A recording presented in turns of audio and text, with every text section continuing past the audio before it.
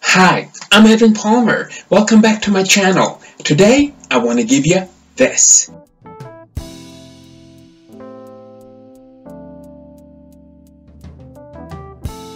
For the most part, dating apps are fun and perfectly safe and lead to great dates, happy relationships, and marriage. But a report has shown that the number of crimes linked to Tinder and Grindr has increased 7-fold in the UK in the past years.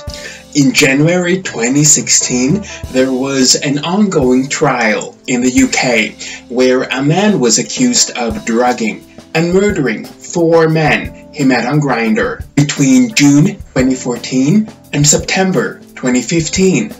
And in February 2018, 17-year-old Orlando Boldewijn was found dead in The Hague, the Netherlands, after he met up with someone he'd met on Grindr.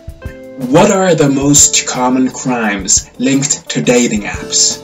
The most common crimes reported are of violence and sex offenses, including rape, grooming, and sexual exploitation of children. Lately, we see a significant rise in these crimes. Apps like Tinder, Grindr, Bumble, How About We, Happen, and more are designed to make dating and meeting new people easier by letting you get to know the person first. This also allows you to make a somewhat informed judgment about whether this is a genuine person looking for sex, love, or friendship, a potential scam, or something more worrying. What are the dangers of these dating apps? Well, while these apps do what they can to limit the amount of criminal activity on the platforms, it's next to impossible to judge if someone you're connecting with is potentially dangerous, which is pretty scary when you think about it. It's the ease of access to other people which makes these apps dangerous and open to criminal activity. There is nothing to stop anyone from setting up a fake profile with fake images and connecting that to a Tinder account. In conclusion, the need to be cautious on dating apps is real. What can you do to stay safe? Well, here I give you 11 ways to stay safe on dating apps. Number 1. If you're meeting up, get their real name and ask for their number. Mr. Dick Johnson might have gotten your attention in the app, but the chances this person is really called Dick Johnson are slim. Ask your prospective lover for their identity and get their Facebook, Twitter, or Instagram account. Besides, it might be better to speak on the phone before you meet up. It could help you suss out the sort of person they are. Many people have their real name on WhatsApp, so if you message them on there, your notifications should indicate what they are really called. That way, you can look them up. Number 2. Always get more photos. If it's a fake profile, then chances are they'll have a limited number of pictures to pick from. Ask for more pics of their face to get a better idea of if they are real, and if they look how they say they do. Getting their social media profiles will also help with this. Number 3. Tell a friend what you're doing. You don't need to go all TMI and tell them the exact details of what you plan to get up to, but make sure you've told someone where you are. This means your friend will know how long you've been gone and where you are. In the instance that something has gone wrong on the meetup, someone having this info could be invaluable. Number 4. Use Find My Friend app. This app allows you to track the location of others on your phone. I know it might seem a bit stalker-like, But if a trusted friend or roommate knows exactly where you are, then they can help if something goes wrong. They can also see if you're not where you're meant to be. Number 5. Agree on your expectations of the meetup. If you agree what you're meeting up for, whether that's a date, a hookup, or something more specific, then check if you're on the same wavelength beforehand.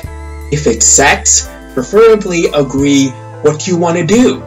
That way, you'll know if things start to go differently and should feel more confident to say something before they go awry. This brings me to number 6. Dare to say no. When sex is concerned, no always means no. With someone you've met on an app, this should include lots of more things too. Things like going back to theirs from the bar, staying out drinking, going to a sex venue, or simply going to an area you don't know. You're under no obligation to do what they want just because you liked them in an app. If you're not sure, please choose the safest option. Number 7. Meet somewhere public. This is easier if you're going on a date, as you can meet in a bar, movie theater, or restaurant. And even if it's a hookup, it's best to meet them outside their building or at a local bus stop or train station. This will help you figure out if they're like they said they would be, and hopefully give you some time to gauge what kind of person they are before you get back to their home. Number 8. Think twice about drugs. A number of the murders have involved drugs. Clearly, drugs alter your perceptions of reality and how you respond to that. They won't keep you safe on a date or hookup. If you don't know how you'll respond to the drugs, or don't feel sure about the company, or don't feel confident of how to leave the situation, just say no. Maybe recreational drugs are your thing, but it's a lot better to do them with friends and people you trust than with a total stranger. Number 9. Be honest about yourself. If you expect others to be upfront, you have to do the same about yourself. Once you start compromising facts, you could find yourself in a difficult situation and more vulnerable to something going wrong. So just be honest about what you want from dating apps. Number 10. If something happens, report it.